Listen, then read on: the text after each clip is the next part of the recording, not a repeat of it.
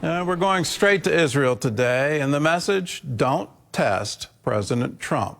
That's the warning to Hamas from the U.S. Special Envoy to the Middle East as the president pushes for the release of the remaining hostages. Meanwhile, Hamas is threatening to execute hostages if Israel launches new military attacks in Gaza. Chuck Holton brings us the story from Jerusalem. Officials say negotiations center on the safe return of 24 hostages still believed to be alive, particularly Israeli-American Adon Alexander, along with the bodies of at least 35 others. We feel that Hamas has not been forthright with us, and it's time for them to be forthright with us. The president has issued a statement about what's acceptable to him and what's not. While the U.S. pursues diplomatic talks, Israeli Prime Minister Benjamin Netanyahu is reportedly unhappy about the effort. Sources close to his office say he fears it could undercut Israel's war effort and pressure to force Hamas surrender. They have 59 hostages, of which many of them are killed. And those 24 that are living, they said they're in very bad shape.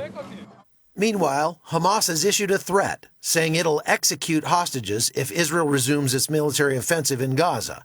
But the Trump administration is adamant, and some form of joint U.S. military involvement with Israel may not be off the table. I think it's fairly clear he was saying, I've had enough. I wouldn't test President Trump. Witkoff says the brutality hostages endured has only strengthened Trump's resolve. There's a lot of conversation among these hostages about the deprivation that they went through, about murders that they saw. And I think that the president listened to it, absorbed it, and said, it's unacceptable. I'm not going to tolerate this type of behavior. The administration has not disclosed what action it may take next, but Trump is determined the U.S. will not back down. We want to see these hostages come home. We're not going to sit here, do nothing, and tolerate these inhumane conditions. They've lived in a terrible situation. By the way, who keeps dead bodies? Who does that? Who keeps people chained up downstairs? Who murders in front of other hostages? What's happened here is intolerable. The administration says Hamas cannot remain in power in Gaza. With time running out and no breakthrough yet, the next move belongs to Hamas, and the world is watching. Chuck Holton, CBN News, Jerusalem. Well, we shouldn't watch any longer. It's time for action in Gaza, and it's been past time for it. Pay attention to what Hamas is saying, and pay attention to what the clerics, the Muslim clerics, are saying and what they're praying in their mosques. They're asking Allah to number the Jews so that they could be killed. That's their reaction to the events. And this isn't some far-off time. This is just in the past few weeks. When you look at the charter of Hamas, that charter calls for the eradication of Israel. That's their purpose for being.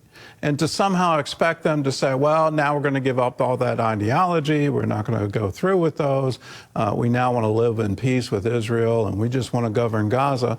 Well, that's not their goal, that's not their aim. They don't believe that the Jews are really people. They, on an ideological basis, say, well, they're descended from apes and pigs. It's okay for us to kill them. That's why you have a teenager, a Hamas warrior, and after he executes people, he calls his parents to have them congratulate him. And he starts boasting about the number of Jews that he's killed. That's what we're facing here. Let's believe that's what we're facing, and let's act accordingly. Small wooden cross I have here was handcrafted with olive wood right from Bethlehem. We want you to have your very own. During this season of Lent, bring the essence of the Holy Land right into your home and let it bring you comfort. A reminder of Christ's love in moments of prayer and meditation. For a gift of any amount, you can receive this beautiful symbol of faith. Every donation helps take the gospel of Jesus to the world, spreading his message of hope and salvation. Check the caption below to see how you can give today.